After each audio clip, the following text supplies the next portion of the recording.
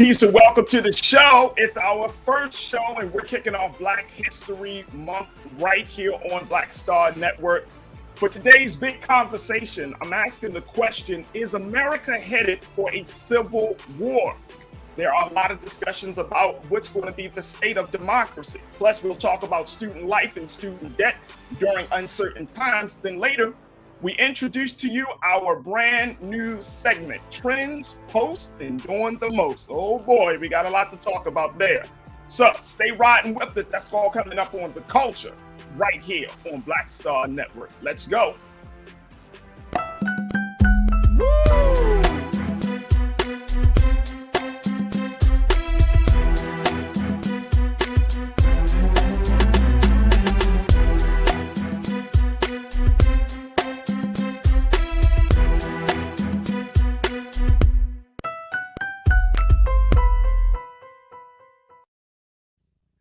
Peace and welcome to the first show of The Culture here on Black Star Network. I'm your host, Farajii Muhammad. Thank you so much for tuning in tonight. We truly appreciate it. Folks, let me just say, first and foremost, I want to give a very, very big shout out to the founder and to the curator of Black Star Network, my big brother, Brother Roland S. Martin. Thank you so much, Brother Roland, for giving us an opportunity to talk about the things that we need to talk about in this way and creating this platform. Absolutely fantastic. So thank you so much, Brother Roland, for that. But tonight, folks, I want to talk to you a little bit about what this show is really all about, because when you're talking about the culture, it is a lot to really take in. And so for those who aren't familiar with me, just to let you know, I've been doing a radio show. I've been a TV voice for the past 20 years. Now, I know, I'm a fresh 25, but I've been doing this work for the past 20 years.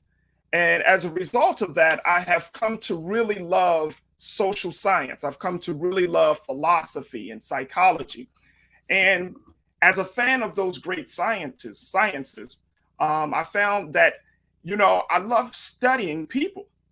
Like how we behave, how we act, how we think, how we engage with one another. I mean, those are super, super important, especially as we're talking about the culture.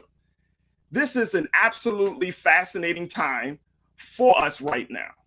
And as a result of it being a fascinating time, we want to make sure that we just look at how things are, because things are changing so dramatically and rapidly that we should take the time right now to just sit back, pause, and reflect on how we are moving forward with living this life and coexisting with one another.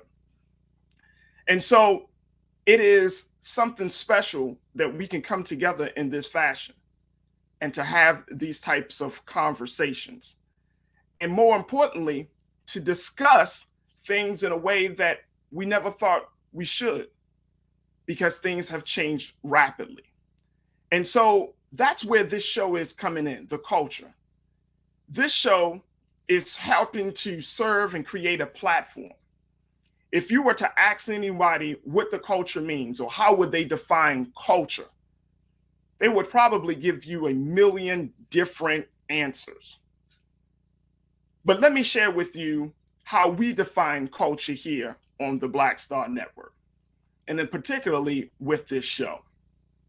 We define culture as being something or a way of life, the way that we do things. We also look at it from how something is done and the way we govern, the way we educate, how we interact and engage with one another.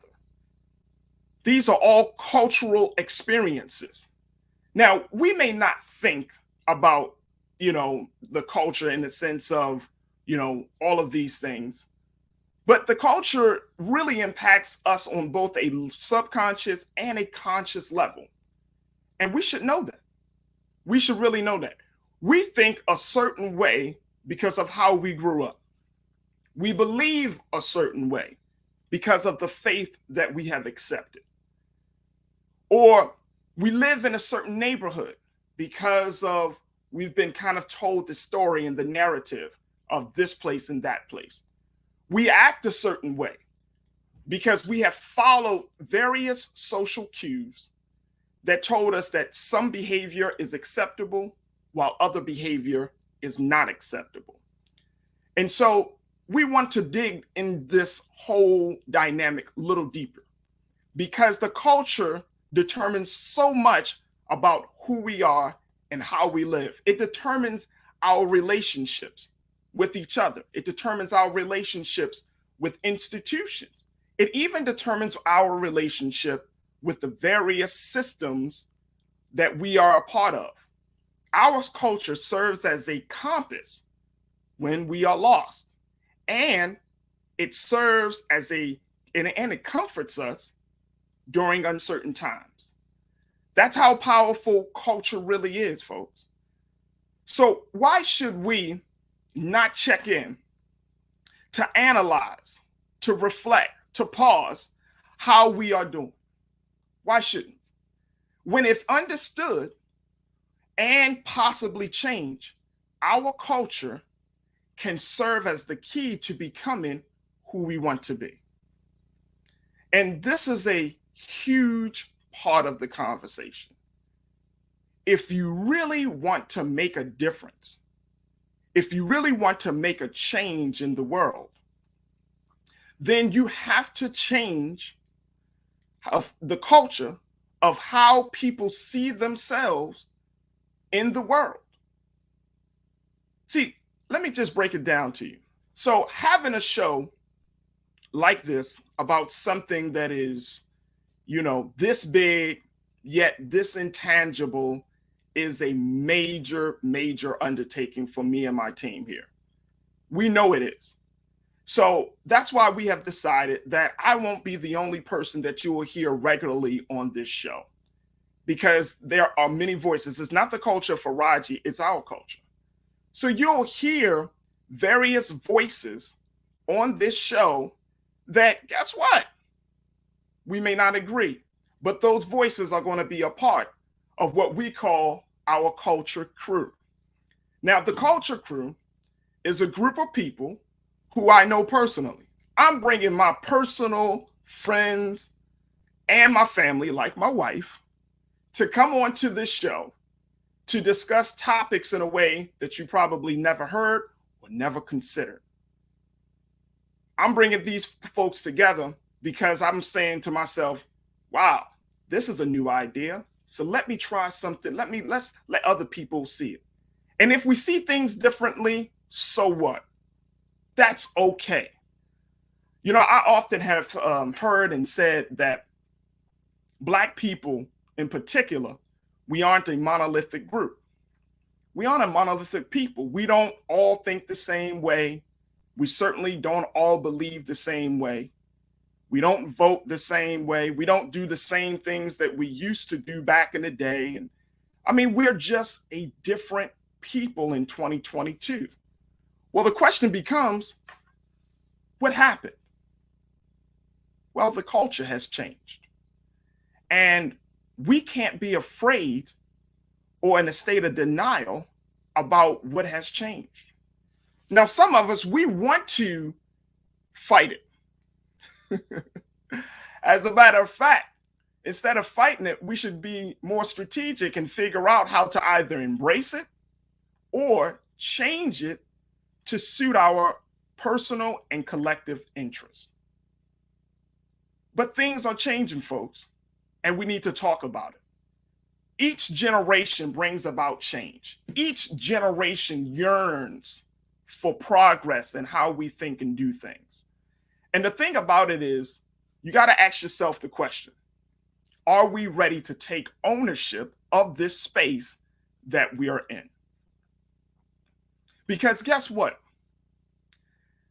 Many people try to say that the culture is something outside of themselves, like it's some monster living in the hillsides or in the urban cities and towns that we're in. No. The culture is much closer to home than that. The culture isn't outside of us.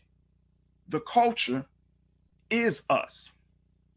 So if we want to see our culture change, then we must change ourselves first.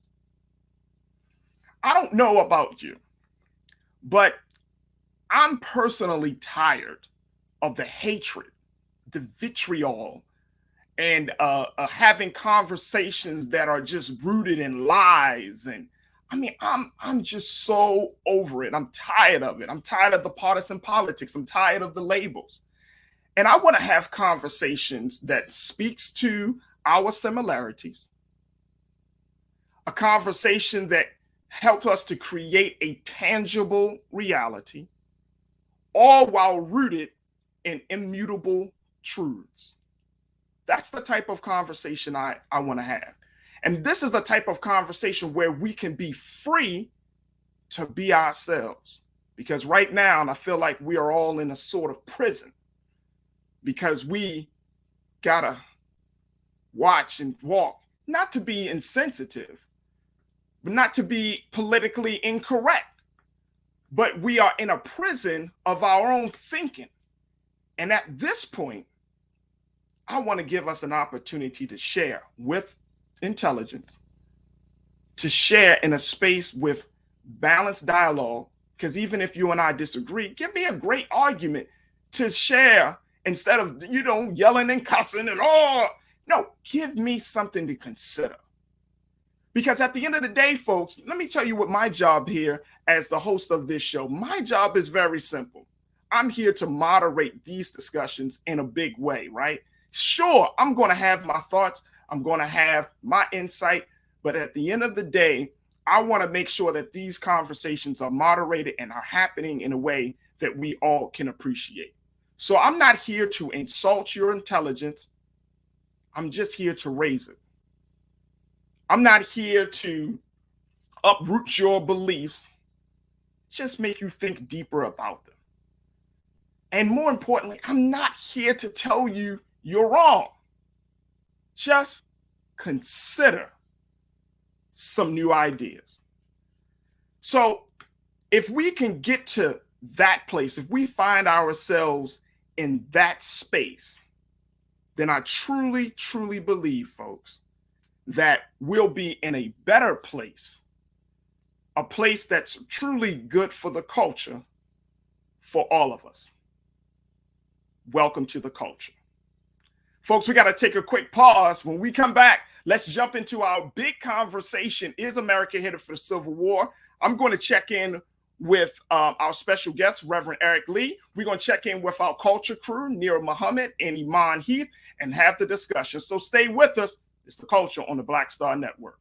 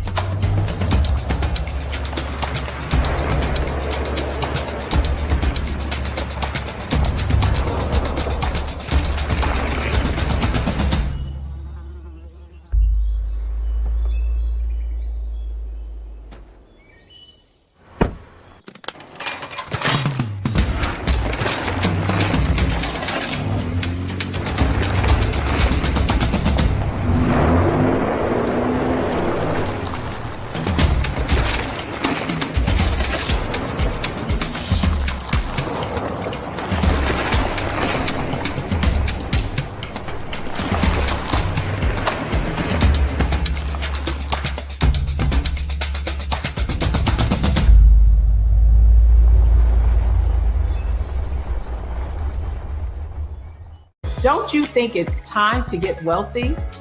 I'm Deborah Owens, America's Wealth Coach, and my new show on the Black Star Network focuses on the things your financial advisor or bank isn't telling you.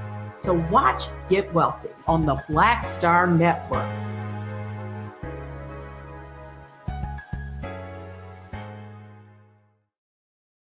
Pull up a chair, take your seat. The Black Tape with me, Dr. Greg Carr, here on the Black Star Network. Every week, we'll take a deeper dive into the world we're living in. Join the conversation only on the Black Star Network.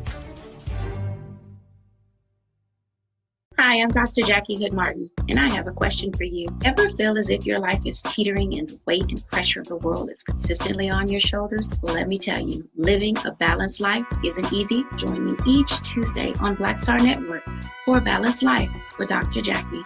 We'll laugh together, cry together, pull ourselves together, and cheer each other on. So join me for new shows each Tuesday on Black Star Network, A Balanced Life with Dr. Jackie.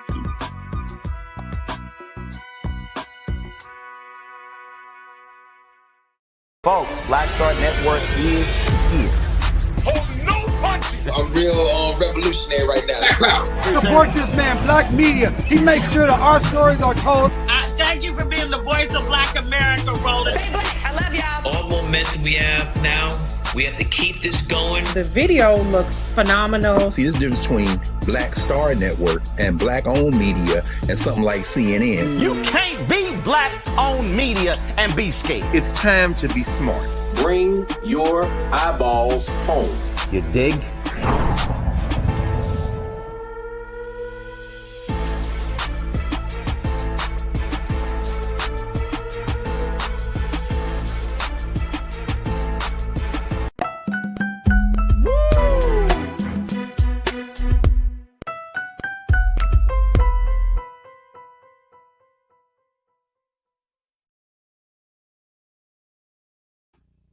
All right, folks, welcome back. We're talking about the big conversation today. Is America headed for a civil war? This is a topic that is near and dear to my heart because I feel like at this point in our sojourn in this country, and most importantly, in this point of our history, there is a lot of anxiety right now. I mean, even beyond COVID-19, there's a lot of anxiety right now about the state of our democracy, the state of the country. And I think, to kick off this show, even though it's Black History Month, we have to have a conversation about where this country is going, and especially when it comes to Black people in this country. So I'm very excited that we have a chance to have this critical conversation and making sure that we can kind of relieve some anxieties, and most importantly, show where do the Black community stand in this whole situation? Where do we go? How do we move forward if America is headed towards a civil war? I want to share with you very quickly just some statistics because, I mean, this conversation is big, folks.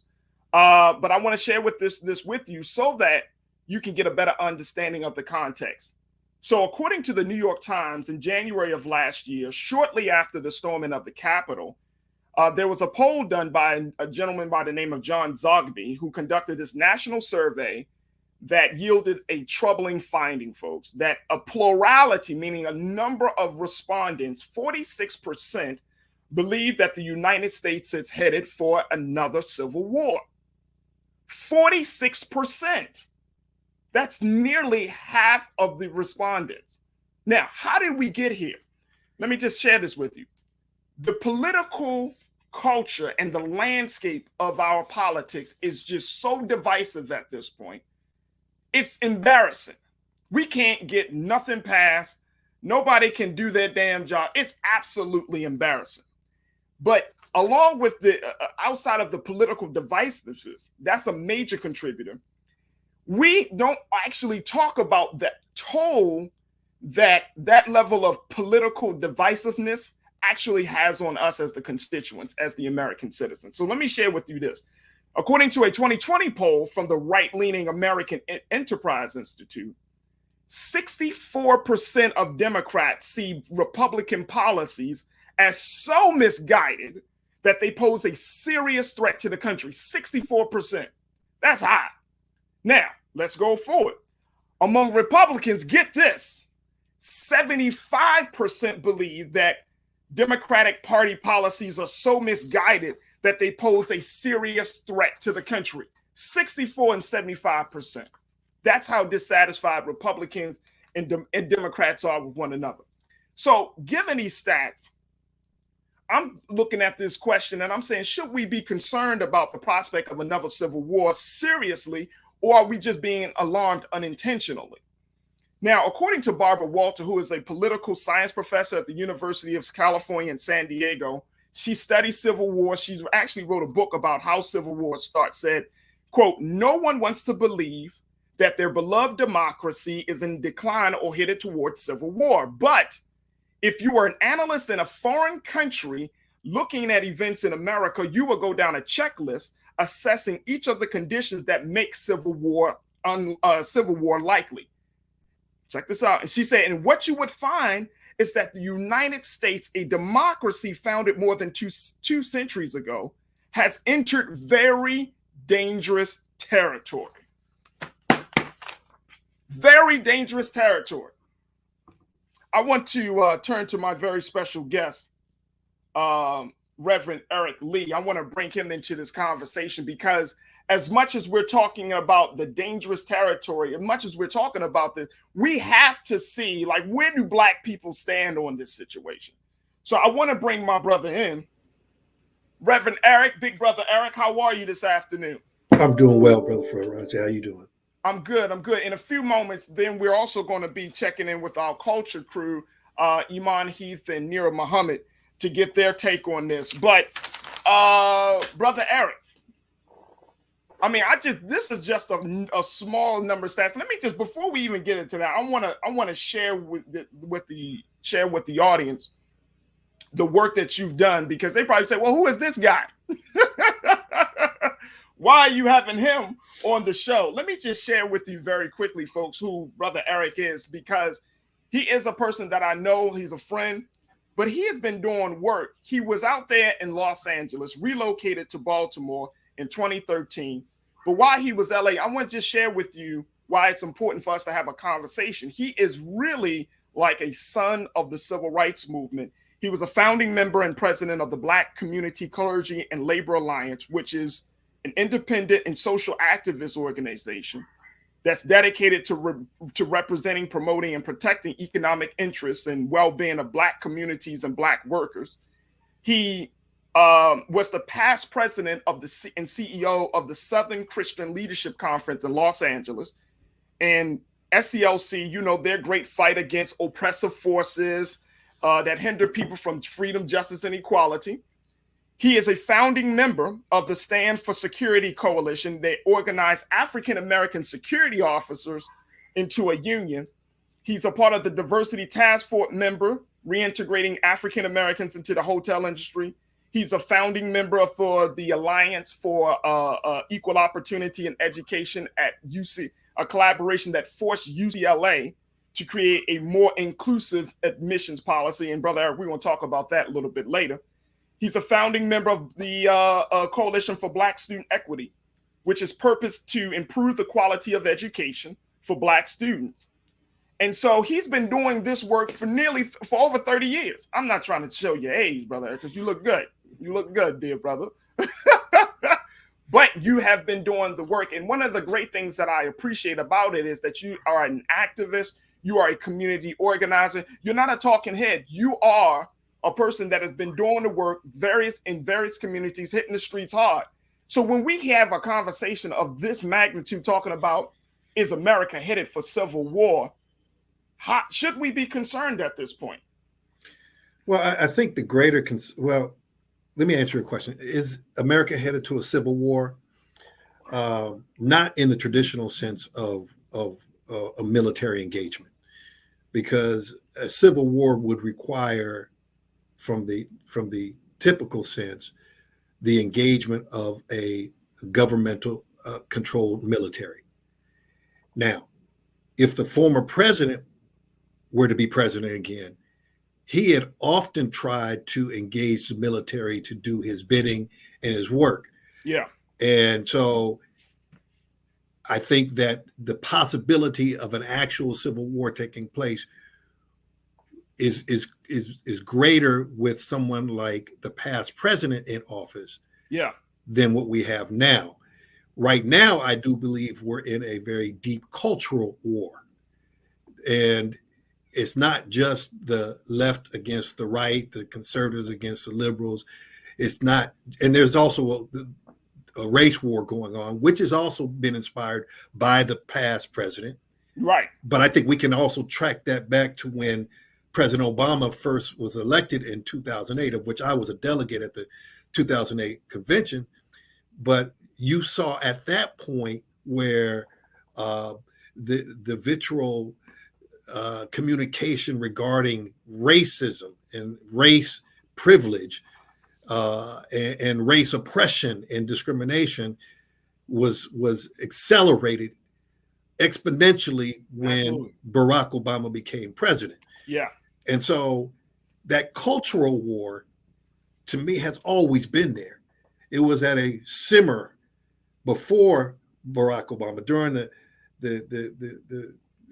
I would say the affirmative action years or the civil rights era, 60s, 70s, and 80s. I think the cultural divide was always there, but it was kept under wraps because of the movement of the civil rights movement. Yeah. And after the election of Barack Obama, and then you had our past president, or the past president in office, we saw that it came to a crescendo, and it ended up with the January 6th insurrection, which to me was a military style activity. It was a military strategy. It was a military engagement to try and overturn our election. So, so was it is it the possibility of a civil war taking place? Unless the government-controlled military is engaged in a contest about principles and culture, then I don't see that as happening in the typical sense of warfare. But there is a cultural battle taking place, and it's not only between the left and the right, because there's a cultural battle taking place in the left on the Democratic side. Right. The big tent party. Right, and there's a cultural battle taking place on the right. Right. And so you have these sub themes taking place in terms of cultural wars and differences and diversities that we can't seem to wrap our arms around. And it's, a free for all right now in terms of promoting what you believe this country should look like. And it doesn't seem like we're able to rein that in, to have some sense of civility in how we dialogue with one another. Eric, I couldn't agree with you more. I think that that's exactly where we are. I want to bring in members of the Culture Crew. And again, folks, these are family members and friends and just part of people that I have these conversations with. I mean, I know some of you probably think to yourself, like, you talk about this, I talk about this, we talk about this all the time. It's a very, very real situation. First and foremost, I want to bring in a woman who I have a deep, deep respect for. She is a writer. She is an educator. She is the host of Queen Talks podcast that can be heard. And she's also my wife, the mother of my two children. Let's bring in Nira Muhammad. Nira, thank you so much for checking in. Thank you for having me, as always, Farajii. Absolutely. And then we also are joined by another dynamic activist who was a very, very important part of the great 20th anniversary of the Million Man March, the Justice or Else Coalition and Organizing Committee. We got Miss Iman Heath. Iman, thank you so much for checking in. Iman, can you hear me? Are you on mute? There you go.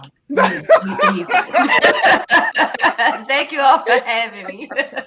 You're welcome. You're welcome. All right. So, Nira, when you think about this conversation of being in the place and listening to what Brother Eric had to say about the cultural space that they're in, what comes to your mind? To be honest, I agree with what Eric said entirely. I don't necessarily see us coming to like pitchforks and like guns and like having a serious like civil war in the way that we, saw back in the day. But I do think that the culture shift is very much so happening. I think that the American people, our constituents, we are not happy. We're not happy with our government. I don't think our government is happy with themselves, which we can clearly see. I remember you showing me an article about all these new parties, like possible parties that could come along. And as I was sitting here listening to Eric, I was thinking like, I don't want to be a Democrat or Republican. You know what I mean? Like, I don't want to be a liberal either. I want a new party. I do personally think that our country, our government needs to be dismantled, because who is it serving? Who is it protecting?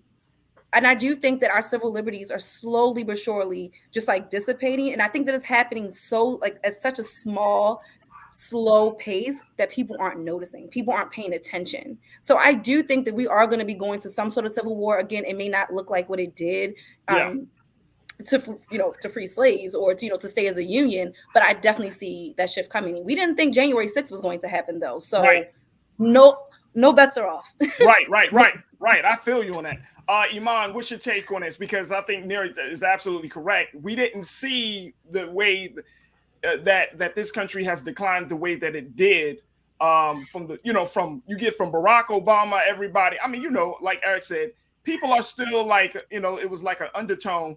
But then you get from Barack to Trump, and it just seems like all hell broke loose. All bets were off. Democracy.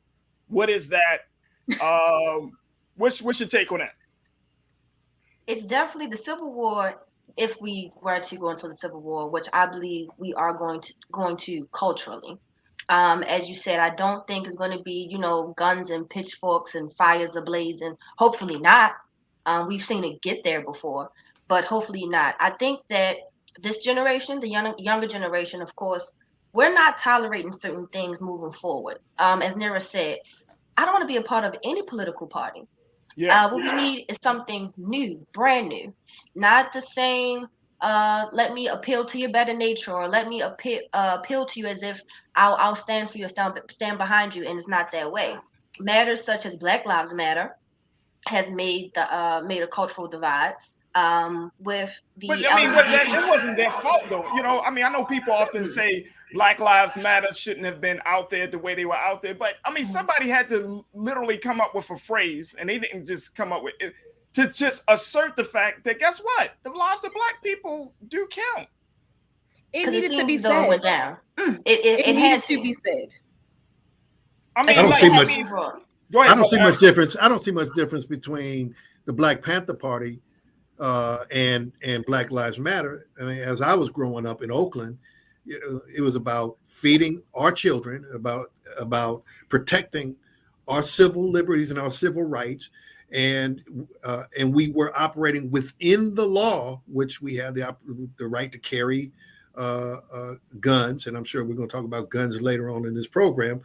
But I don't see much difference in terms of cultural preservation. I see myself as a cultural preservationist, and when there are things that are elements that are attacking our right to exist and our right to excel, then we have to push back in every means possible, in every manner possible. And so I don't see much difference than what we were doing back in the 60s and 70s with the Black Power movement. But I gotta say, Eric, I can take it back even further than that. I was studying some Gordon Parks photos, and I was stuck on those photos about, I believe they were called the Midtowners in Harlem. It was a gang. And even looking at, and this was in 1948, and looking at the gangs, even back then, they were not created to create chaos. They were protective measures. So even looking back, we've always operated out of a place of protection. Right. Now, have we went off that beating path over the years? Sometimes we have, but I do think, like Eric said, these movements were built out of protecting and preserving the Black community. It's just a problem. I'm sorry. No, go ahead. The problem is, the criminalization of everything that Black folks do. Yep.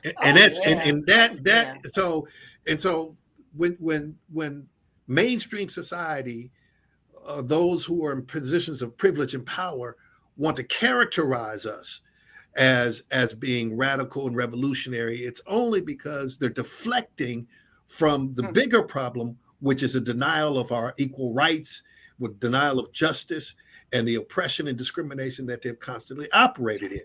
And so it's to Nera's point, we are protecting our culture and we are protecting ourselves as a people, but we are then criminalized for standing up for our rights. Let me throw something else out there into it, and then Iman, I want to get your take on this, because there was a piece an opinion piece that Mr. Frank Brunei, who wrote for the New York Times, he wrote a piece called "Our Tribalism Will Be the Death of Us." And in this piece, Mr. Brunei said, the pandemic, which could and should have brought us together, has instead driven us further apart, exacerbating our tribalism, which is an enemy of real progress, but a friend to all sorts of dysfunction, all manner of meanness. The irrational obstructionism in Congress and lawmakers' taste for vitriol and vengeance are tribalism run amok. Cancel culture, be it the left or right, is a tribal impulse, not merely abetted, but amplified by the technology of our time. And one of the big things that I'm getting from Mr. Brunei's piece is the fact that we are creating our own demise. We are creating our own demise. He further says, we humans are inherently tribal creatures. I get that. I've read and remember enough history and headlines not to be surprised. But the work of civilization, the advance of it, involves containing that tribalism, controlling it, moderating it with grander and more unifying ideals. Why aren't we seeing certain measures, Iman, being put in place that controls this tribalism? How did that happen? Where we're now starting to see not just a Democratic Party, we see three parties within a Democratic Party, three parties within a Republican Party. Then you got all of these divisions among those who are not affiliated. How come we can't get it together with unifying ideals as Mr. Brunei has recommended here? I would say one main problem would be acceptance. There's a lot of denial of things as far as racism still exists, which is something that some people seem to not get past. Let's say back in January of last year, when everyone stormed the Capitol, white supremacists stormed the Capitol. If those were black people, it wouldn't be the same. It wouldn't have been the same outcome, in my opinion. Right. But you have others who want to say, "Oh no, that wouldn't have happened." Someone was hurt, but they had their rights. Their rights were being infringed on. No, you pick and choose when to use that line to say that, "Oh, our rights are being infringed on." I don't think that we will be able to reverse our behavior when it comes to tribalism. I think it's only going to extend. Let me ask you this, Iman. Let me ask you: Do you think that, given where America is going, that it's in Black people's best interest to start thinking more tribally? I would say it can, but I want to say the point to the vaccines. That's going to be what really divides us all. You have people pointing the finger at others for not getting their vaccine, and you're a part of the problem, or never get back to how the way of life was because you won't get your vaccine. Then those who aren't vaccinated, you're dumb for getting the vaccine. They're shooting a tester in you, blah blah blah blah blah. And again, I don't agree with getting the vaccine. However, to each his own. But as humans, we're going to gravitate what's familiar to us. And it's no way to go back. In my opinion, it's only going to get further. It's only going to divide us even further. Well, let me just say, and I'm glad that you brought it up, because we're going to have to take a quick pause. But when we come back, I want us to look at, a particular strategy, which I think, Brother Eric, that needs to be really considered and employed at this point in time in our sojourn in all of this. And that is, we're so dysfunctional and we're so disappointed with the current political parties that it might lead to us to say, you know what, enough is enough. Let's move along on our own political track. Let's try to establish something of our own. So I want us to have a conversation about that, because in a couple of months, we're going to be celebrating the 50-year anniversary of the great National Black Political Convention that took place back in March of 1972. And there is something, in that demonstration that I truly believe is something that we can use 50 years later, folks.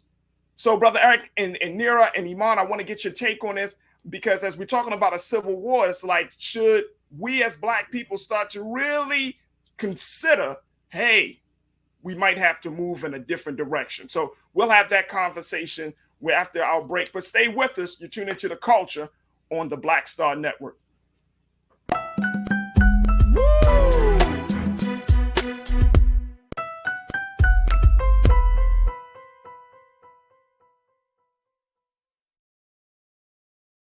Pull up a chair, take your seat.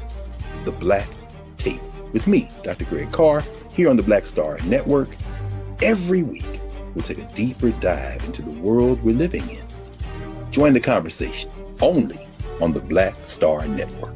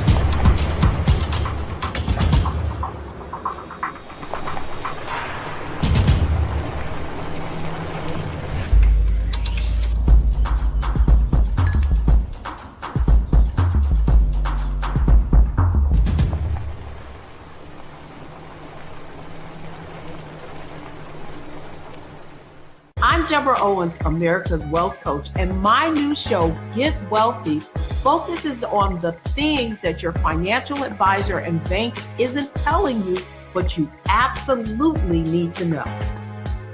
So watch Get Wealthy on the Black Star Network.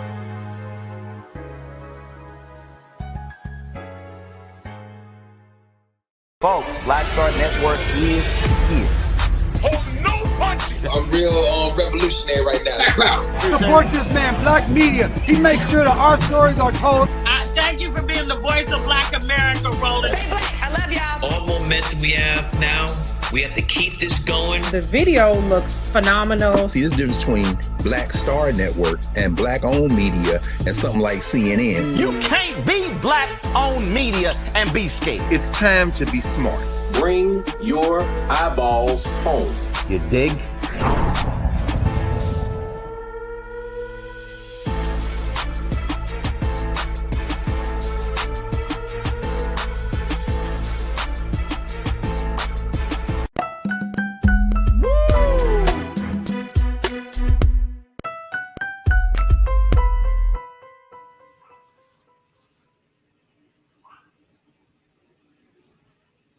Folks, we've been talking about a very big conversation, which is America headed for civil war? I've been having a conversation with Reverend Eric Lee, along with two members of my culture crew, Nira Muhammad and Iman Heath, both giving their thoughts and insights about the state of democracy in this country, and most importantly, where we are moving forward. Now, part of this conversation, as much as we talked about the tribalism, much we talk about the political divisiveness, we also have to talk about the fact that there have been things done in the past, which I truly, truly believe can be used right now to forge and create a better future for us.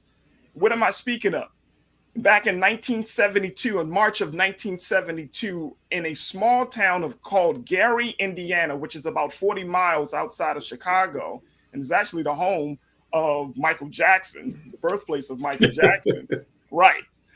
In a school called West Side High, 10,000 Black people came to convene in Gary, Indiana, at the behest of their mayor, Mayor Hatcher, to talk about a political future for Black people there.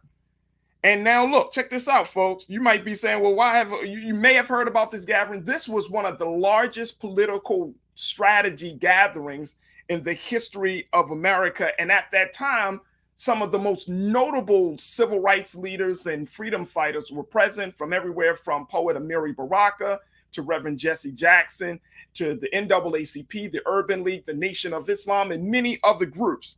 But Jesse Jackson said something in his remarks that really touched to the sentiment of so many people. He said, quote, "I don't want to be the gray shadow of a white elephant or the gray shadow of a white donkey. I am a black man and I want a black party."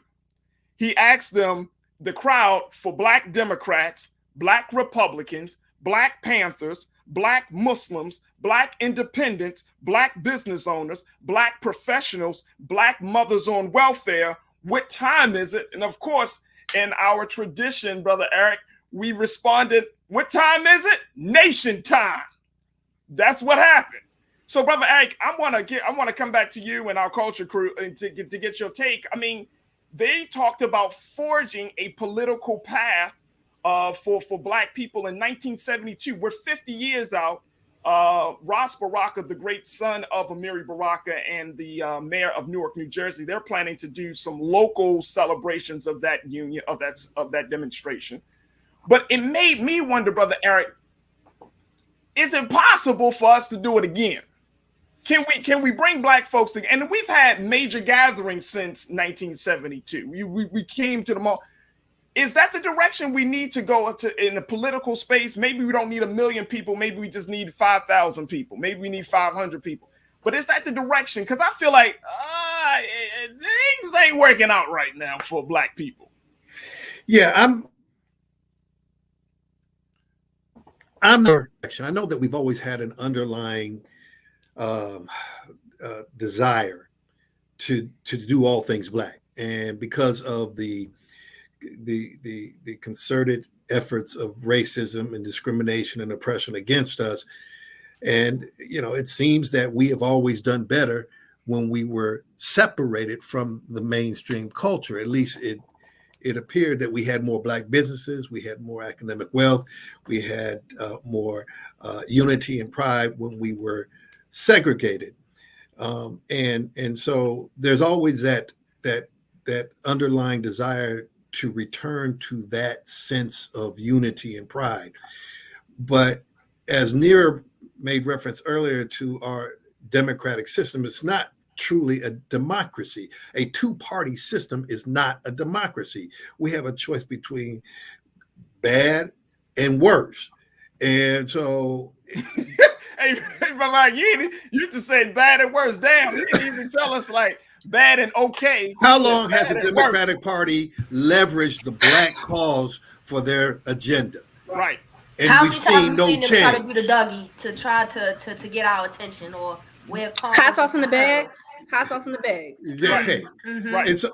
And so, we need a political revolution that would cause us to be a true democracy where you have multiple parties. And I think that if we understood what the objective was in that political party, nothing we do is going to. So let me back up. With black folks, our charge is to make the world a better place. Yeah. We have been the moral and ethical voice of this country since we've landed on these shores. Yeah. And that has been God's calling upon our lives.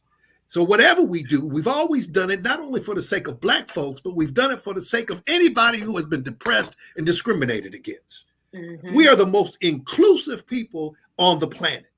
Mm-hmm. And so if we started a political party that was a black political party, I guarantee you it would not only be black, because people who understood the moral and ethical journey that we want would join us in that quest and then on that journey. Mm-hmm. I want to get your take, because somebody posted in our YouTube chat. They said, if we can't get people to vote now, what's the point of a new party that people still won't vote for? There are two political parties and the independent party. Half y'all won't even vote for them.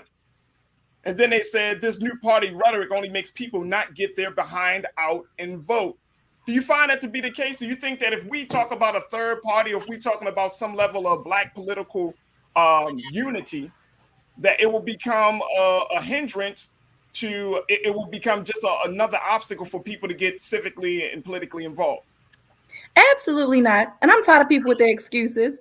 I voted. I go out and vote. Since the moment that I turned 18 years old, I go out and vote. Locally, nationally, I vote. I exercise that right. For Black women, for women in general who have, from the 1920s on forward, who have stood out there and marched for women to have the right to vote, I am going to vote. Now, a lot of people said they didn't vote because they didn't like either one of the candidates. Yeah. They, like Eric said, they didn't want to vote Republican. They didn't want to vote Democratic. Nobody votes independent because it feels like it's a waste of a vote. Let's just put that out there. You feel like you're wasting your vote when you vote independently. But if we come out with a real party that we can really gravitate to, we can start taking those Republicans, we can start taking those Democrats, we can start taking those non-voters, because they'll finally have a buy-in. They'll finally have a party that they can feel like they're a part of. So many people I know that are my age, and I'll put myself out there. I'm 32. I know a lot of people my age who do not want to vote because they just were like, I don't want to vote for Biden or what's his name? Trump. You know, personally, I personally didn't want to vote for Hillary Clinton or Trump. I did vote, but I was not a fan of Hillary Clinton. I was not a fan of Trump, but I still exercise my right to vote. You got to vote. Cut the crap, cut the excuses. We got to do something. We got to make a change. So I'll be the one. Be the one to be on the opposite end. I didn't vote. I was one of those non-voters felt as though neither party represented me at all. And again, as Farajii knows and Nira knows, I'm all for my people. I'm all for our progression. If we had an actual party to support, oh yeah, I'd go vote. But I didn't feel as though I had anybody to vote for. I was told, vote for Biden and Kamala because support a Black woman becoming the first Black female vice president. Kudos, yes. However, take off the mask or the face that's shown to us. What can you do for me? How can you help my people? Now that they've been in office for going on over a year, what progression have we seen for my people or my culture that you said and claim it to be? Biden, for example, said he's all for canceling student loan debt. What's going on with that? What happened with that? We're going to talk about that. We sit on pens that he was waiting for it. I'm sitting on pens and he was waiting for it. Please clear my debt, please, Lord Biden. Me too. Me too. But here's the thing about the Black political party. I think we're going to take another pause. But the thing is that I think Brother Eric, Nira, and Iman, there's something in that demonstration, right? Like one of the big things that came out of that demonstration was that there was more political engagement from Black people. And Brother Eric, you know this. There was more Black people ran for office. Jesse Jackson ran for president. All of those things happened as a result of that union. I feel like there needs to be another union, not in a mass level, but just in enough to say enough is enough to both parties. And they were trying to do that 50 years ago. My hope is that maybe we can pick up the torch to do that now. Brother Eric, you got the final word on this. Then we're going to take a quick pause. Yeah, I think, and I'll go back to understanding what the objective would be of our party. And right now, clearly, we have a tremendous impact on elections because we do vote with some unity in terms of our political philosophy. And so I think it's very important that we understand what the objective of our political party would be. How do we impact elections? How do we affect policy? How do we put in office those who would represent the interests of our people so that we can continue to excel and exceed what any other folks think that we can or cannot do, which we have always done. We've always exceeded whatever their expectations were. And so run for office. I'll vote for you. I'll vote for you. Oh, man. All right, we got to take a quick pause. When we come back, let's switch gears. We're going to check in with the president and CEO of the Thurgood Marshall College Fund, Dr. Harry Williams, who's going to give us some insight about that larger conversation around student loan debt and also about student life. And we'll also get some words from Dr. Williams in light of the latest threats to HBCUs across the country. We still got a lot to talk about, folks. So in the next hour, so stay tuned. A whole lot is coming at you on The Culture here on the Black Star Network.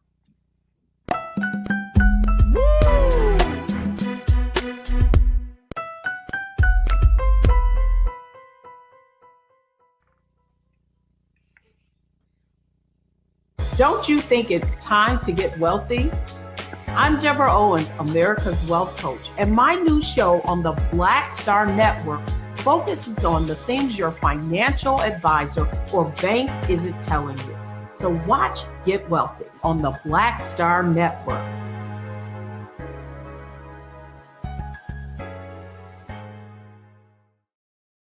Hi, I'm Dr. Jackie Hood Martin, and I have a question for you. Ever feel as if your life is teetering and the weight and pressure of the world is consistently on your shoulders? Well, let me tell you, living a balanced life isn't easy. Join me each Tuesday on Black Star Network for A Balanced Life with Dr. Jackie.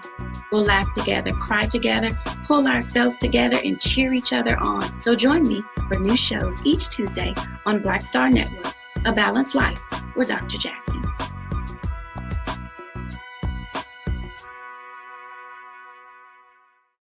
Pull up a chair, take your seat. The Black Tape with me, Dr. Greg Carr, here on the Black Star Network. Every week, we'll take a deeper dive into the world we're living in. Join the conversation only on the Black Star Network.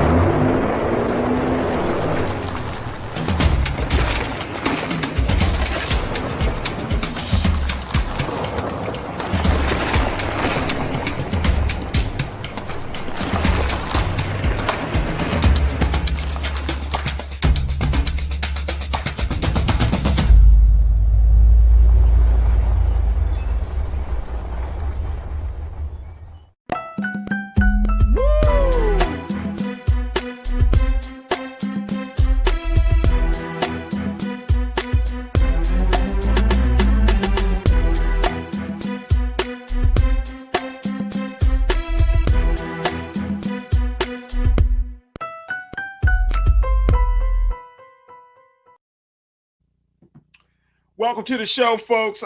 We want to have a conversation with Dr. Harry Williams, who serves as the president and CEO of the Thurgood Marshall College Fund, to talk to us about student life, student debt, and the opportunities for scholarship, even in the midst of unprecedented threats against HBCUs. And so we're happy that Dr. Williams is going to share with us his thoughts, and most importantly about that situation, but also about this partnership between the Thurgood Marshall College Fund and Novartis. So let's welcome to the program, Dr. Harry Williams. Dr. Williams, thank you so much for joining us. Thank you for having me today. I'm excited about being on your program. Absolutely, absolutely. And folks, we are still joined by our wonderful culture crew. Reverend Eric Lee is still holding on to us. We'll be a part of the conversation along with Nira Muhammad and Iman Heath. But Dr. Williams, let's start with you, sir. And, getting your thoughts about first, a lot of people are asking about this latest situation where there have been a number of HBCUs that have been under threat, bomb threats. What have you been hearing? And most importantly, what are your thoughts about this situation? It seems to be a coordinated threat on HBCUs. We don't have a lot of we have a little bit less, about 100 HBCUs, but there seems to be some real anger and hatred against Black institutions, educational institutions. Yes. First of all, thank you for having me on your program. Absolutely. And you're right. This is very, very disturbing. We've been in constant contact with the authorities trying to figure out what's going on. I currently have a son at Howard University, and Howard actually received one of the bomb threats, and I checked in with him, and they have been cleared to go back to class, but the students are afraid, to be honest with you. And so they are still doing remote learning. This is very, very concerning. And for the beginning of Black History Month too. And so we have been talking with the Department of education, homeland security, and there are a lot of people looking at this right now. Just fortunately, we haven't had anything to happen, but it's very, very disturbing. So, I mean, when we're looking at this, I mean, we've always, and you've been doing this work for some time, but you know that there's always been an quote unquote an attack against Black education, right, in educational institutions.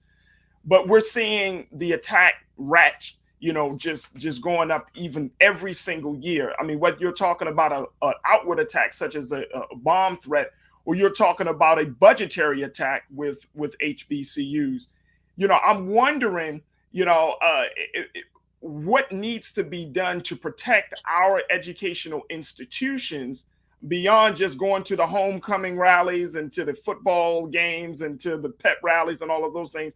Like, what seriously needs to be done, Dr. Williams?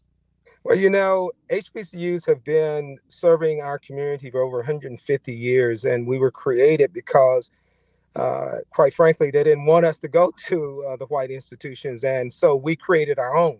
And we've excelled at a very high level, and we have been under attack for over 150 years. There's an article out today from Forbes magazine saying that the 1918-90 land grant institutions were founded primarily to serve former Black slaves and create your own wealth there. They have been underfunded by $12.8 billion. They went back and ran the numbers. $12.8 billion. That's a lot of money left on the table, sir. That's a lot of money that we have been underfunded. That's basically, we have been left out of the funding equation. And so here recently, we have been receiving a lot of positive attention because of the successes of our graduates. Our namesake, Thurgood Marshall, when our founder, Dr. N. Joyce Payne, approached Justice Marshall 35 years ago and asked him if he would allow his name to be used to this organization to raise funds for the more than 300,000 HBCU students. He didn't hesitate because he was a two-time graduate of two of our institutions. He graduated at Lincoln University, one of our oldest HBCUs, and then went on to Howard Law, and the rest is history. He's he will go down in history as the greatest, one of the greatest Supreme Court justices to ever live, and what he did and what he did for African Americans and what he did for this country. But the reality is he graduated from our institutions and he excelled at a very high level. And that's what we do on our campuses. And because of the positive attention that's been given to our institutions, people just don't like that. They just don't like the fact that the reality that these institutions have been doing extremely well, have created some amazing leaders in this country, and we continue to do that daily. Oh, yes, sir. Absolutely. Absolutely. Which leads us into the conversation around, the work that the Thurgood Marshall College Fund and Novartis is doing, which is you created this partnership to provide scholarships and essentially millions of dollars that will help Black students. Talk to us a little bit about this partnership, Dr. Yeah, Williams. this is an incredible partnership, and unfortunately, this originated because of the unfortunate death of George Floyd and Breonna Taylor. It brought a lot of attention to all of the inequities that exist within our community, and again, looking for solutions. And one of the biggest solution is, education and being able to get a strong education, and recognizing that HBCUs have been, despite all of the deliberate roadblocks that's been put in place to try to trip us up from advancing, we have excelled. And Novartis US Foundation, actually, we connected with us, and we started talking about a long-term engagement to have an impact on our community, and a significant impact. Novartis is a healthcare provider. Novartis was very clear and very intentional and said, we want to partner with 27 of our institutions from primarily in the South. We have several up in the North, but primarily in the South, to create this relationship that will provide scholarships to our students, provide grant opportunities for our faculty, and also provide opportunities for our students to get internships. This is a 10-year, $20 million investment, and it's going to be a direct focus on attacking the underrepresented population in the healthcare field, We're partnering with our 4 medical schools: Howard University, Meharry Medical School, Charles Drew Medical School, and Morehouse School of Medicine. We produce more Black doctors than any other medical schools in the country. And by partnering with us, it's going to allow these doctors to graduate with a little less debt. And that's the bottom line. And the students who are attending the undergraduate institutions and majoring in healthcare related fields and majoring in those areas that we are underrepresented in, they will be eligible to get up to $30,000 to support their education. And that is a big deal. $30,000. You can use that to help. I can use that now, Doc. I can use that right now, sir. Yes, no, that's amazing. $30,000 at an HBCU, and for those who may not know, Dr. Williams, the average cost for HBCUs, what is that price? Well, it's not actually we represent the public HBCU, so that's a different. The private costs a little bit more, but the public, the average is about $25,000 for a public HBCU. If you go to a private, it's going to increase a little bit over $45,000. And so you can do the math. If you can get $30,000 to go to a public HBCU, that's a full ride, basically. No, that's a big ride as well. And that's one of the big things that I think that why we should know about these opportunities, which is why I'm happy that you were able to join with us on this first day of our show, and of course the first day of Black History Month, because a lot of times, and I live in Baltimore, and a lot of folks, when I talk to high school students, when I talk to even some college students, they don't know about these opportunities. They don't know that there are resources. I mean, here in the city of Baltimore, for example, you can go to community college, Baltimore City Community College, for free, under certain conditions, if you graduated high school and all of those things here in the city. So people don't know about these resources. And I often, when we have these conversations about money that's on the table, $30,000, our curator and founder, Brother Roland Martin, has said he's established a scholarship fund for $50,000 to help students. How do we make sure that information is getting out to the masses and to those who really need it and deserve it? I really appreciate you asking that question because you're right. I want your audience to go to our website, tmcf.org, tmcf.org, and click on scholarships. We have this particular scholarship is open right now, is live for the students and students who are in your region. Bowie State University, Howard University would be able to participate in this particular program. But we have more than 50 different scholarship programs. So students who are attending Coppin State can also apply. They can go and look at our scholarships that we offer there. And this will give them a chance. Now, the biggest reason why our students don't get the scholarships is because they don't apply. So we need to get them to apply, and they need to apply now. And that application is live until February the 28th. The Novartis application, only thing you have to have is a 3.0 grade point average, majoring in social work or health related fields or business or technology. For those students who are listening, go and look at this, our scholarship website. We have last year we awarded over $6 million in scholarships. This year, we're going to award close to $12 million. Now, this is free money. Let me underscore this. Free money. This is not a loan. This is based on your academic performance in college. And these dollars are set aside for our students. So if you go and look, you can see a list of all the schools that we represent at the Thurgood Marshall College Fund. We have 47 public HBCUs that we represent, and all the students who are attending those particular institutions would be eligible to apply for our scholarships. And I would encourage your audience to do that. Dr. Williams, we got to take a quick pause. When we come back, I want you to continue the conversation with myself and my culture crew because, as we're talking about money, and I know you've been having these money conversations, sir. People are wondering what the heck is going on with student debt. So to hear from a person who's who's dealing with money day in and day out, we want to have a conversation around student debt. So we're going to take a quick pause. When we come back, more with Dr. Harry Williams of the Thurgood Marshall College Fund, more with our culture crew, and of course, you. So stay with us. It's The Culture on the Black Star Network.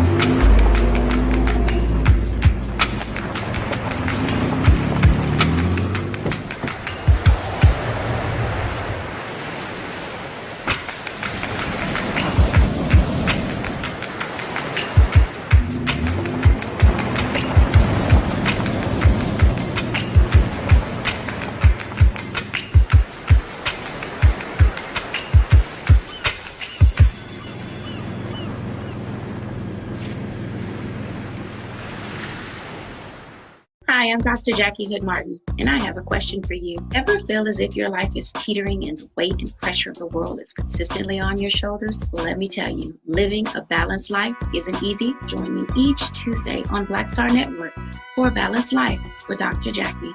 We'll laugh together, cry together, pull ourselves together, and cheer each other on. So join me for new shows each Tuesday on Black Star Network, A Balanced Life with Dr. Jackie.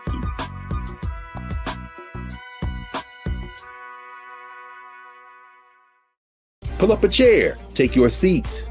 The Black Tape with me, Dr. Greg Carr, here on the Black Star Network. Every week, we'll take a deeper dive into the world we're living in. Join the conversation only on the Black Star Network.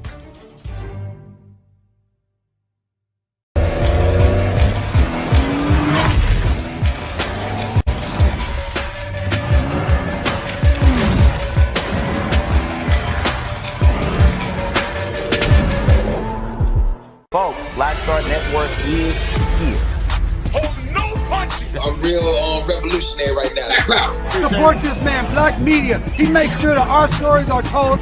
Thank you for being the voice of Black America, Roland. Stay black. I love y'all. All momentum we have now, we have to keep this going. The video looks phenomenal. See, there's a difference between Black Star Network and Black-owned media and something like CNN. You can't be Black-owned media and be scared. It's time to be smart. Bring your eyeballs home. You dig?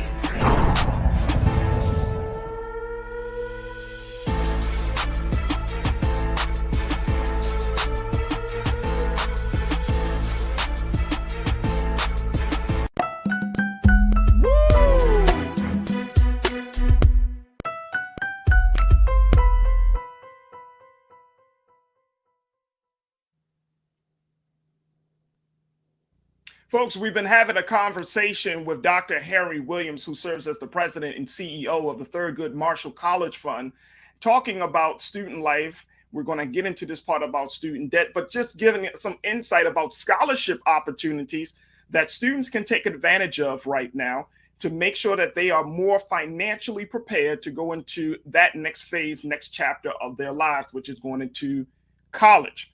Now, we want to bring back on Dr. Harry Williams because Dr. Williams has been giving us some insight, but I also want to be joined by my culture crew. We still have our very, very big brother, Reverend Eric Lee. We also joined by Nira Muhammad, activist, writer, host of Queen Talks podcast. And we also are joined by Iman Heath, who is an activist here in Baltimore and around the country. So again, we thank you all for being a part of this conversation. But I know that, Iman, you had some real concerns. You and Nira, actually everybody did. Y'all all talked about some student debt for our special guest, Dr. Williams. And, Nira, I want to go with you first there. What's your question? Oh, what is my question? Well, one of the things that he mentioned, he said that they were creating these funds for students who wanted to get into the medical field because that their Black people are underrepresented in those fields. And it made me think about my field. I was an elementary school teacher, and I truly feel like Black teachers are underrepresented. So do you guys have scholarships that cater to getting more Black students invested or interested in becoming teachers? Yes, and you're right. And let me also, before I answer that question, when brother said he was in Baltimore, I cannot forget Morgan, the president of Morgan State, gonna kill me.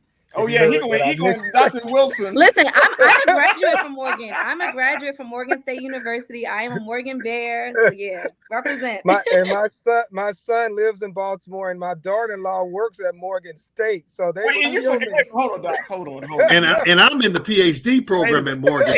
So look, I work for like the WEAA. So all this bear energy. I saw the chat. But go ahead, Dr. Williams. You were saying. So yes, to be very candid with you, we are very underrepresented in education now. I mean, at the time, when we first started, education used to be that key entry point for professionals for us, and to get into education, to become a teacher. And what we have seen, I was president at Delaware State for 8 years, and prior to that, I worked at North Carolina A&T State, and those two institutions, they were the lead when it came to producing educators to go into the classrooms, but not anymore. Those numbers have declined significantly, and there's been a push and to try to get more of our educators back in the class, Black educators back in the classroom, because there is a lot of research out there to support that when you have people in the classroom, especially early on, who looks like you, they play a critical role in your development, your educational development. So it's important to have Black role models there. We have a program here at TMCF. It's called TQRP. It's Teacher Quality Retention Program. It's a program that's designed specifically for Black educators attending our Black schools or in our Black education program. It's a professional development program to encourage them to stay in the classroom. We're also working with some of our corporate partners to find scholarships. To your question around scholarships, the emphasis right now that I'm sure you know this, is STEM, trying to get more of our students to go into the STEM disciplines: science, technology, education, and math, because we're highly underrepresented in those areas. And those are key critical areas for the country. And we know that we have talented students that could be in that space. So there's a lot of money in that space. But education is another key area. So your point is well taken.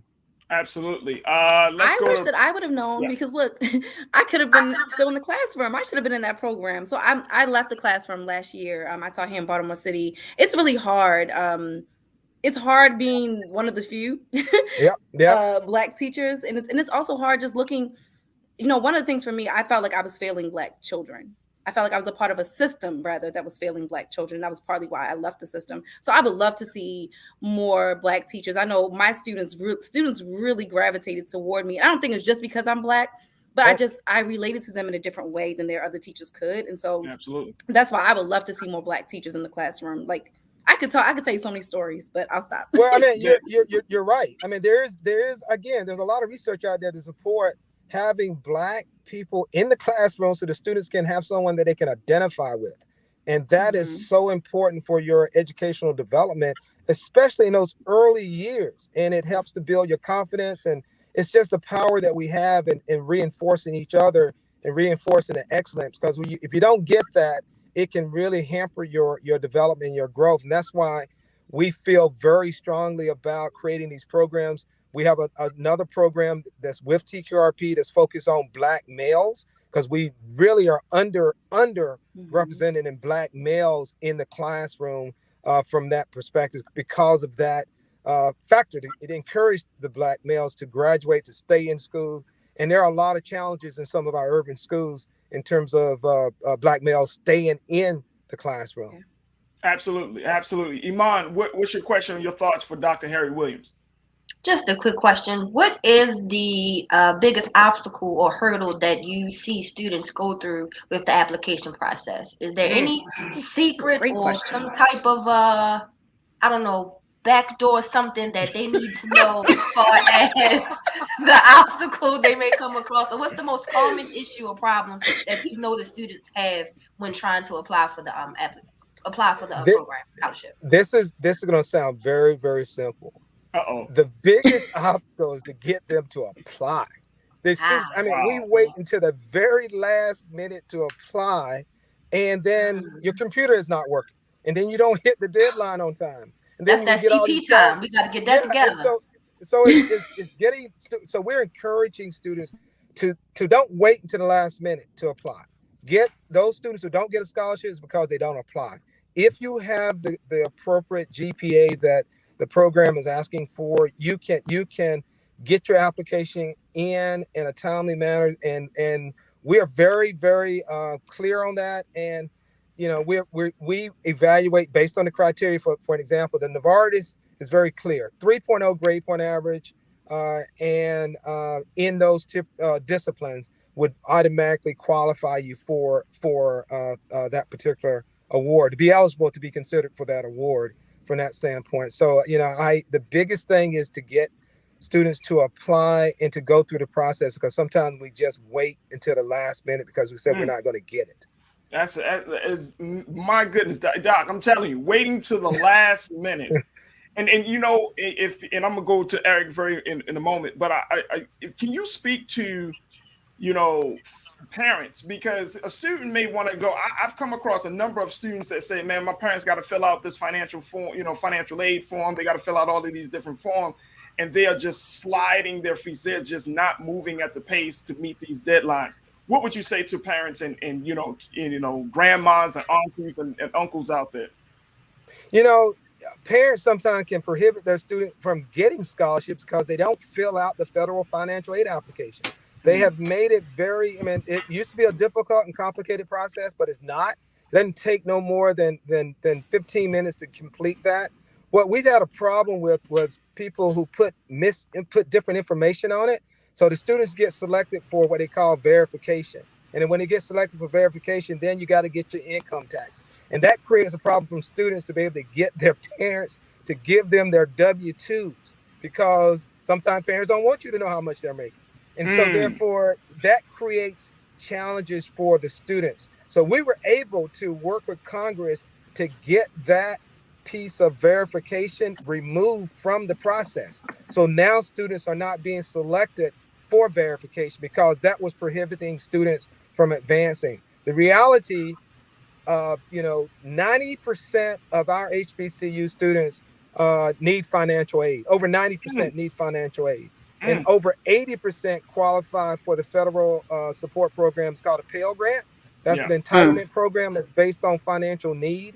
And so 80% of our students have serious financial need, and they need these dollars. And what we want to do at the Thurgood Marshall College Fund, we want students to get free money. We don't want them to have to take out loans. The question around debt, it is really, really bad. And what it's doing is prohibiting our students from, when they graduate and starting out life without having debt, because that's prohibiting you from getting your house, getting, investing in building wealth for your family, and moving you out of this current situation in terms of elevating you to another social status financially. And that's what we're seeing with students graduating. The debt load right now is anywhere from $25,000 to $30,000.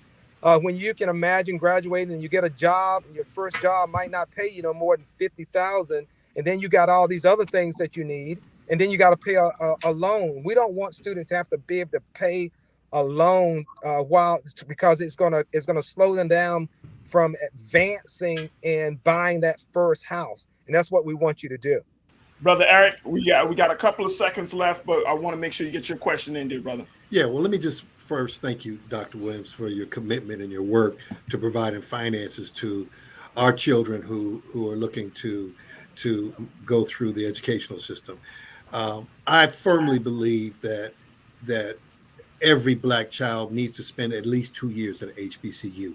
I don't care if it's on the front end or the back end, but they need to be at an HBCU. Now, that said, research also shows that the biggest challenge for students matriculating and completing their higher education is finances. And so is there a strategy for reaching high school students and letting them know that these funds are available in order for them to complete their higher education? Yeah, absolutely. Actually, you're spot on. I mean, that's the number one reason why students don't persist towards graduation, because our students in particular, because they don't have the funds to continue, and it creates a major barrier for that. And so what we have done here at TMCF, we work with our high school partners, we work with our principals, we work with our social groups such as fraternities and sororities, and trying to get the word out, because they do a great job of staying connected to the community, because we want the students to get a fair start in life. And part of that process is so that they don't have any debt. And the more we can communicate that to our young people and to our parents, the better, especially this time. And again, I cannot underscore the sooner the sooner you get it in, the better. And it's going to help you. And to your point around encouraging students to go to HBCUs, I cannot emphasize that enough, because the reality that HBCUs have been doing the work of providing our students a place where they don't have to worry about not being themselves. They can be themselves on a HBCU campus. You can be authentic. You can do what you need. You don't have to prove anything other than, hey, you're there. Both of my kids went to HBCUs, and they never thought about going to any other type of institution, and they have gotten outstanding education because of that, because they walk around a place that was built for them in mind. And that makes a major difference when you're looking at those buildings and you see those names, and those names reflect people who look like you, and they have excelled in whatever profession that they have there. So your point about going to an HBCU, it will do wonders in terms of the psyche for our African Americans. Well, it just grounds us in our culture. Yeah. And I'm hitting on the back end because I went to predominantly white institutions for undergrad and grad, and you're nothing but a number there, and you're nothing but a dollar sign to it. At HBCU, you matter. Yep. Absolutely. Dr. Williams, we only got about 30 seconds left, but I want to get your take in this 30 seconds, sir. What do we need to do to push the big guy in the White House to move further along on this cancel student debt legislation? What needs to be done? We need to remind him. Because he does forget. That Congressman Clyburn in South Carolina made the endorsement that took him over. As long as we keep that in front, if it wasn't for the blacks in South Carolina, I don't think he would be in the White House right now. So we gotta put a birdie in Congressman Clyburn's ear to say, Congressman, make another recommendation to this man. Well, I'll tell you, he's a champion. He is a champion for HBCU. I mean, he is unapologetic when it comes to HBCUs and come to black students because of his focus. And Stacey Abrams in Georgia, they made a major difference in this past election in terms of what HBCUs did for this administration. Absolutely. Dr. Harry Williams, President and CEO of the Thurgood Marshall College Fund. Dr. Williams, we truly appreciate your insight, but most importantly, we appreciate the fact that you are offering these scholarship opportunities for incoming HBCU, hopefully HBCU students. Once again, Doc, what's the best way that people can get more information about the work of Thurgood Marshall College Fund?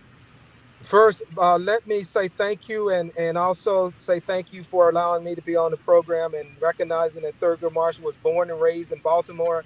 And we are so proud of our organization and what we're doing to support his legacy and to carry his legacy on. So I would encourage your audience to go to our website, tmcf.org,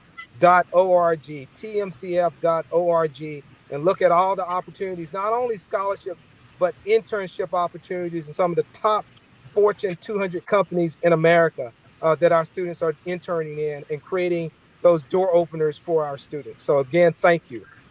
Thank you so much, Doc. We truly appreciate it. And Dr. Williams, we want to extend the invitation for you to come back when other new developments with your college fund happens. We would love to have you back on the show, dear brother.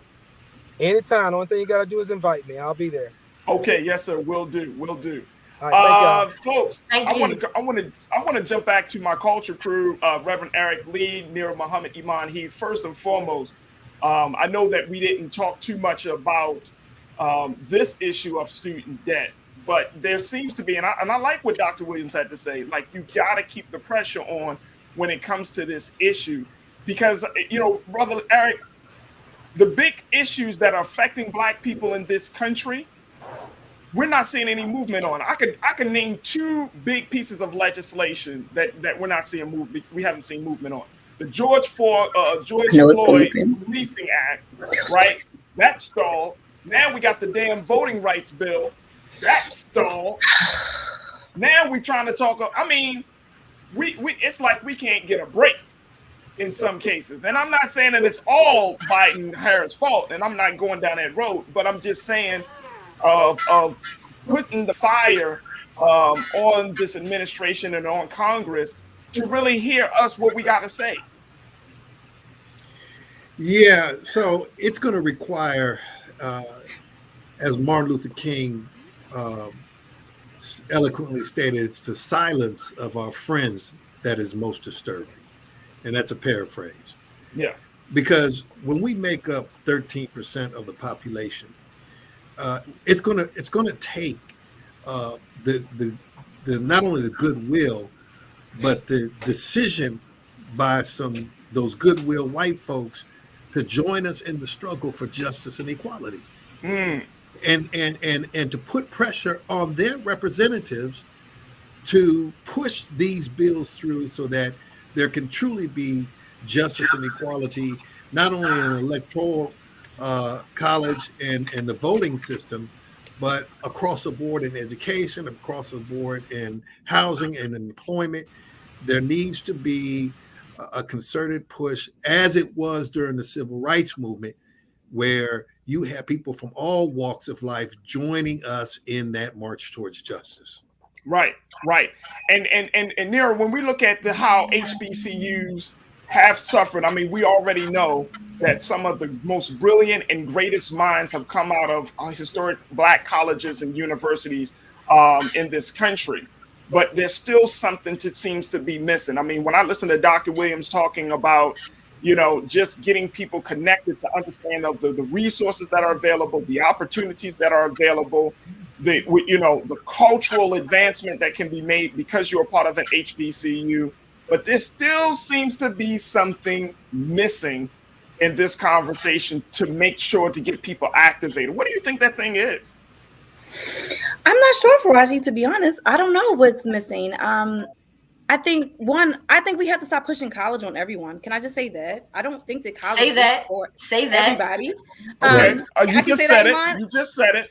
Mind you, I am a big advocate for going to college, but I do agree college is not for everyone. So again, I think if you, as an educator, I think we need to look at our youth while they're still youth. You know what I mean? Like if I look at my son, I can see what his strengths are. I can see what subjects he gravitates toward. And I don't think that we cater to that enough. We don't think about those things enough. I remember when I was going to college, I was told, go to be a nurse because there's always going to be a job in the nursing field. I would hate being a nurse. I'm a writer. I'm an artist. I do not want to work in a hospital. That really, I mean, I am a straight A student. I failed 2 semesters at Morgan because I just wasn't invested in what I was learning.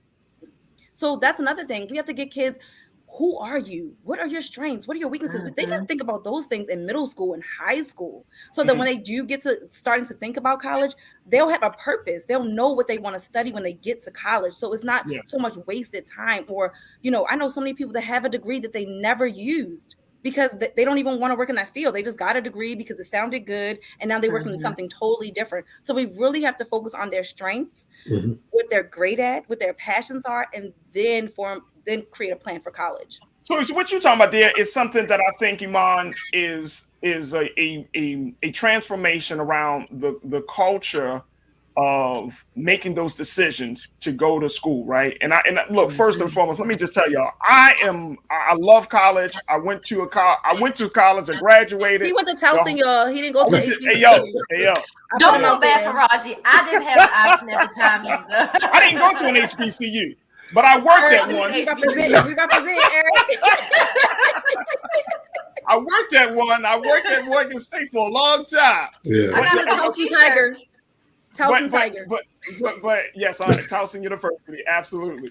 But Iman, when we're talking about just the larger conversation about going to school and the culture, and like Nira said, you would think from a story of telling a young Black girl within the past 20 years, oh, go to school to be a nurse. Like this is the 1950s. You know what I mean? Where the choices were be a nurse or be a teacher. You know what I mean? Like this is so it sounds like we really need to change the culture of having of presenting those options for the next generation. Do you agree or disagree? I agree. And I agree that it doesn't have to be such a step-by-step type of thing. I think it's okay to go to a community college after you graduate high school to sit and really decide what you want to do. And it also cuts costs. You take your your general studies courses there, and then you move on to your major studies when you transfer, hopefully to HBCU.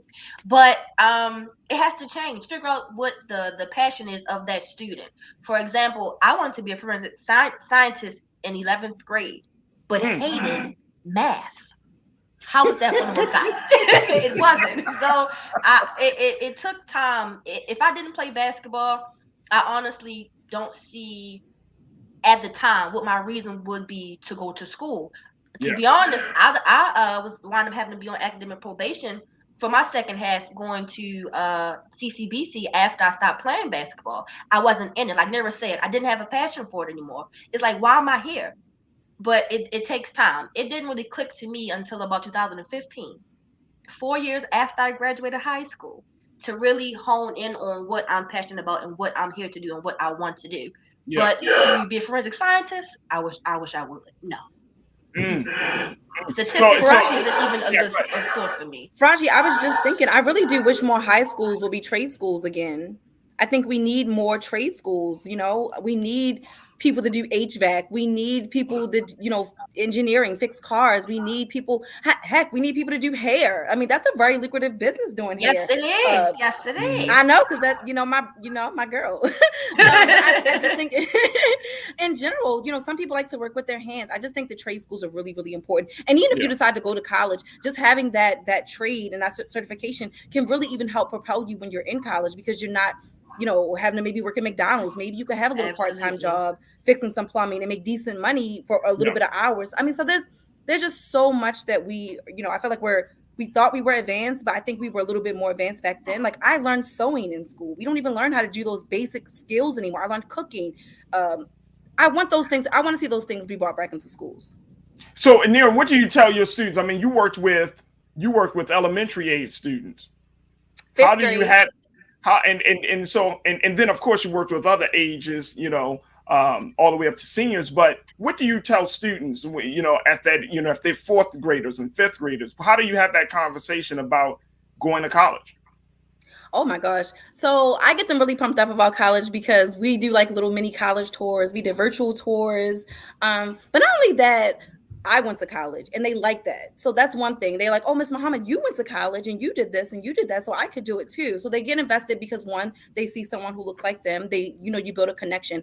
But I also talk to my students and I really like to get to know them and look at their strengths. So for instance, I had a student who loved blood. So for Black History Month, his report had to be on Dr. Charles Drew.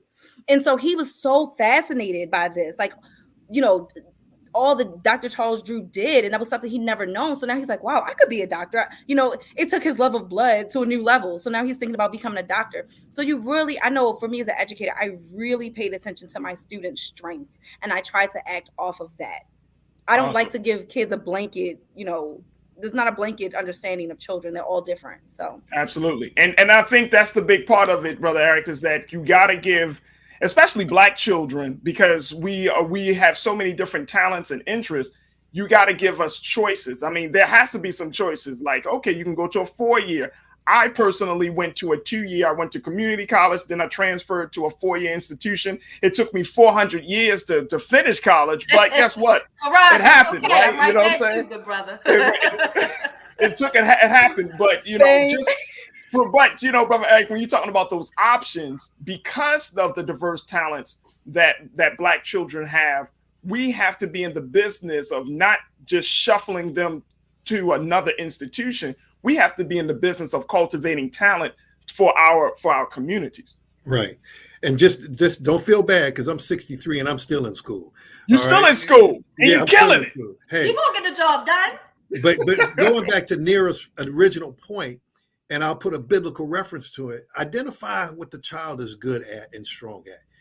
And the Bible says, train up a child in the way they should go. Now, that's a parent's responsibility to understand the way they should go. And then when they get old, they'll not depart from it. Then we'll have success. There it is. Folks, we're gonna take our final pause. When we come back, let's talk about, we're gonna introduce you to our brand new segment, Trends, Posts, and Doing the Most. I'm going to share with you just some of the trending topics and things that have been happening, get the take from the culture crew, and a whole lot more. So stay with us. We got a few moments left in tonight's show. So stay riding with us. It's The Culture here on the Black Star Network. We'll be right back.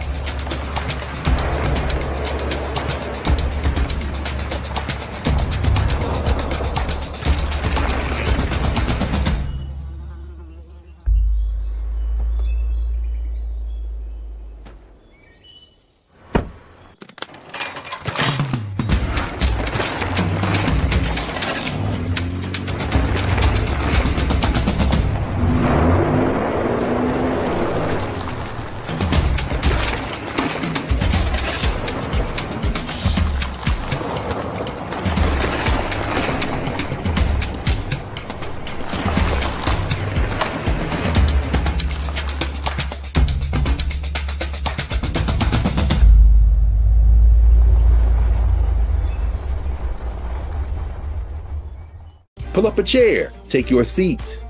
The Black Tape with me, Dr. Greg Carr, here on the Black Star Network.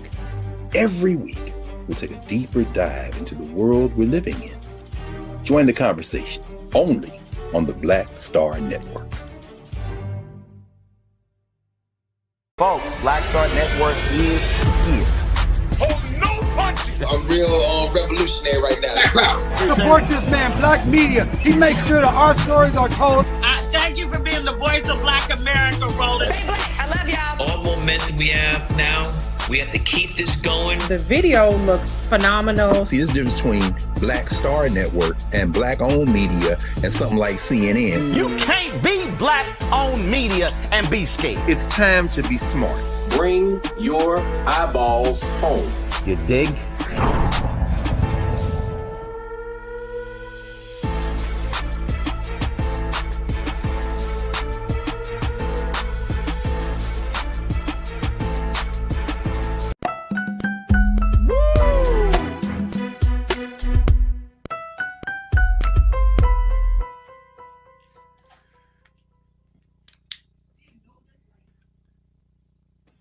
All right, folks, it's time for our brand new segment, Trends, Posts, and Doing the Most. Yep, and it's just...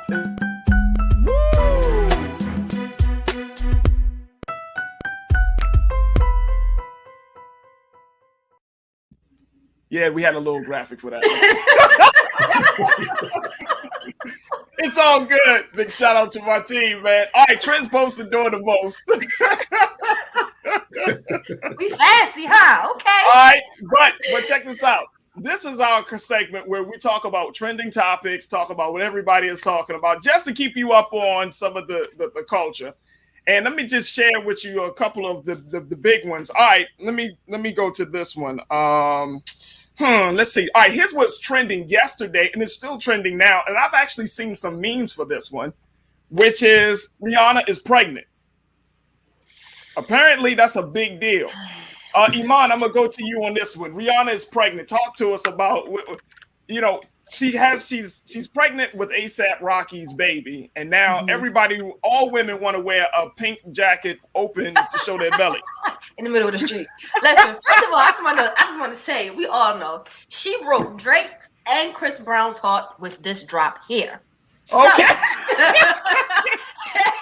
I know that hurt. She's pregnant. I mean, it's the same thing what happened when Beyonce broke the news that she was pregnant. Everyone's in a frenzy, of course. Oh, the Beehive, Nira, the Beehive lost their mind. So I think Rihanna's crazy. I went crazy when Beyonce got pregnant. Yeah, so it's like I would say like a social media auntie. I'm about to have a niece. My sister Rihanna's having. When Ciara had her children, you couldn't tell me weren't related at the time. You couldn't have told me. So I get it. I get it. So, but this is a big deal. I mean, Rihanna is, of course, she's a superstar entertainer. She was a singer. Now she is a business owner, from everything from Savage Fenty to other brands. And now she's now like forever connected to ASAP Rocky, who is a hip hop artist who, I mean, I listen to some of his music. He's not like the worst rapper, but he's not a very, very high profile rapper. So we get into a place like she's having his baby. Do you think that this relationship going to work out? I hope so. First of all, I don't even care if Rihanna's having a baby. I was happy for ASAP Rocky because he is one fine man. I was like, okay. It's the skin and the teeth for me. I was like, ooh, ASAP Rocky. All I gotta say is I'm happy for her. But ladies, stop walking around with a daggone coat on with your belly out. It looks stupid. She looks stupid, but she can get away with that because she's Rihanna. It's so tacky. Don't walk around with your belly out in the middle of winter with a coat on. Don't get sick. Don't do stupid stuff trying to be like Rihanna. Your belly will get cold. It gets cold. Well, she just did that. Apparently, I think she the photogs were out there, so she just gave them a little show.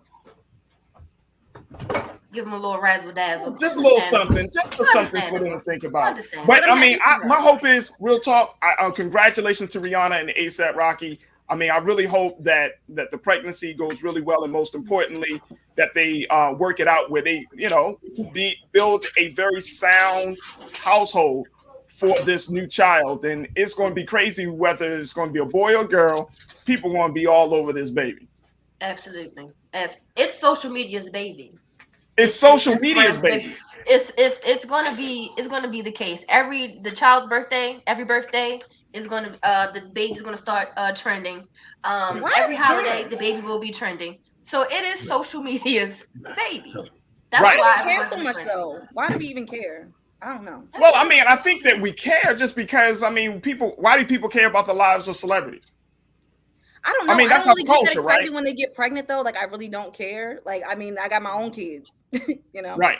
All right. So I'll say someone who doesn't have children, it's fun to watch. It's entertaining to see.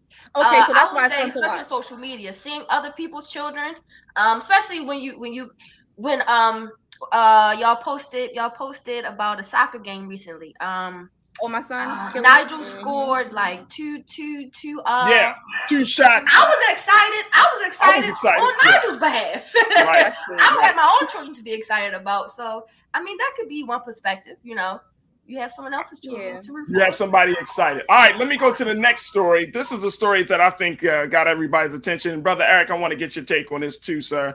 A couple of New York nurses were accused of making over $1.5 million by selling fake COVID-19 vaccine cards. These were two Long Island nurses, and they were selling these cards. Julie Duvono, who's the owner of Wild Child Pediatric Healthcare, and her employee, Marissa Urano, are accused of handing out vaccination cards and charging $220 for adults and $85 for children. And it looks like Miss Julie is a nurse practitioner, and that Marissa is a licensed practical nurse. And the two were able to enter into false information to New York's immunization database. And so they created the scam, Brother Eric. And to sell these vaccine cards, they've earned $1.5 million. And this is what I truly believe, dear brother, is the reason why good messaging, whether it's calling from the CDC or whoever, this kind of like all over the place situations about how to handle COVID-19. And we don't have enough time to get into it, but in a sense of vaccines and all, but it just opens up Pandora's box of people trying to take advantage of people's ignorance and people trying to take advantage of people while they're vulnerable and scared. What's your take on this story, Brother Eric? Well, so they saw an opportunity. They were enterprising, and they took advantage of it. Is it criminal? Yes. Did they get caught? Yes. They're criminal because they got caught. And so the unfortunate thing is that there was that many people who wanted a fake vaccine card when we're talking about a public health issue. And I'm not going to get into the issue of anti-vaxxing or vaxxers or whatever, but the fact of the matter is it is a public health issue, and there's a greater segment of the population that we may not be aware of that are not willing to take these vaccines. Not all heroes. I would say not all heroes. Go ahead, Nara. Did you say they were charging $20 for adults? No, $220 for adults. And I was about to say, because they charge $100 here in Baltimore. Oh my God. Listen, check this out. Not all heroes wear capes, honestly. And yes, they are criminals because they got caught and they were forging fake federal documentation. Yeah. I just want to say, it's sad that they got to that point. It's sad that the people were pushed to that point that they had to feel like they had to get a fake vaccination card to keep their job. That's on the government. That's something they need to think about. Why were people felt that they needed to get a fake vaccination card? Because they didn't want something to put something in their body, and whether you agree with it or not, I don't care. Whatever you put in your body, that's your choice. But the thing about it is, the fact is you gave them no choice. They didn't want to put it in their body. You told them they were going to lose their job if they didn't. So they made a decision based on their own health and their finances. So the government needs to take a hardcore look at themselves real quick, because they're not the only nurses. This is happening all over the country. So many people, I know people with fake vaccination cards. I don't have one, y'all. I'm being good. I don't got one. But I'm just saying. Well, and I think to your point, Nara, that is part of the reason why that, we can talk about the COVID misinformation campaign that is currently happening across the country.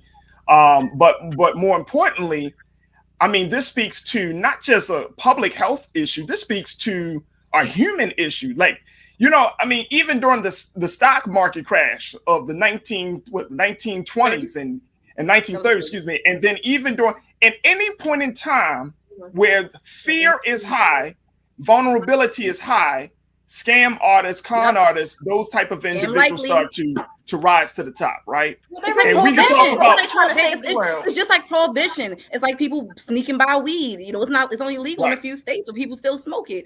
Right. Let's not act like this is something new. Right. Absolutely. All right. So look, that's all that we have. We got a lot of other stuff that happened. And so sorry, dear, we can't talk about Tom Brady. And I know the future of quarterbacks all over. I want to talk about Mickey Mouse and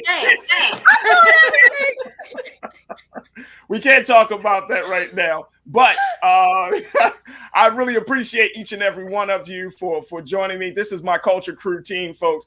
The crew that you will be seeing more often as we have these conversations. And I got a whole bunch of other folks that's going to be joining us throughout the week to be a part of the Culture Crew. But I want to give a big thank you to our big brother, Reverend Eric Lee, who you'll be seeing some more of. Reverend Eric Lee, thank you so much.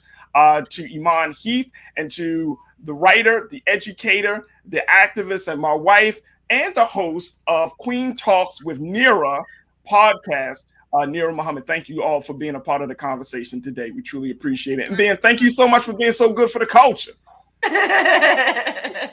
Love you all. Thank you. Appreciate it. All right, folks, that's going to do us for us tonight. This is our first show of the culture here on the Black Star Network, and we could not do it without your support. So I highly encourage that you do all that you can. Download the app. Make sure that you give.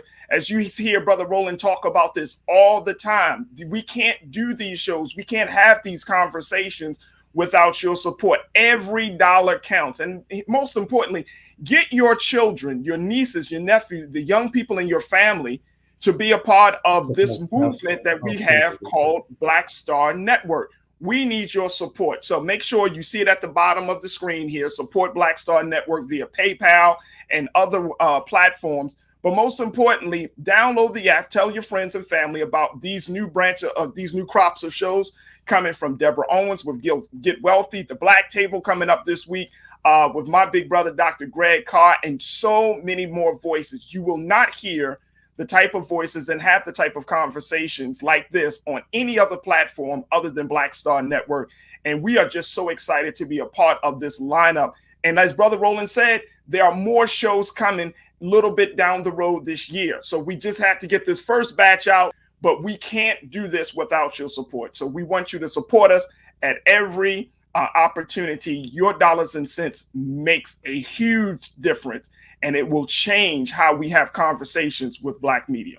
As always, I want to thank my team. I want to thank my wonderful producers. I want to thank my producer, Joel and Shannon. And I want to thank my culture crew. I want to thank my tech team, the folks at the control room, so many people that made this broadcast possible. And we all want to thank all of you for joining us on YouTube and Facebook and any other way that you've been watching the show. We look forward to having more great conversations. And I'm going to say this, as I said at the end of every radio show, never be afraid to challenge what's wrong, stand for what's right while being yourself in the process. God willing, we'll talk for another exciting edition of The Culture only on the Black Star Network. Peace.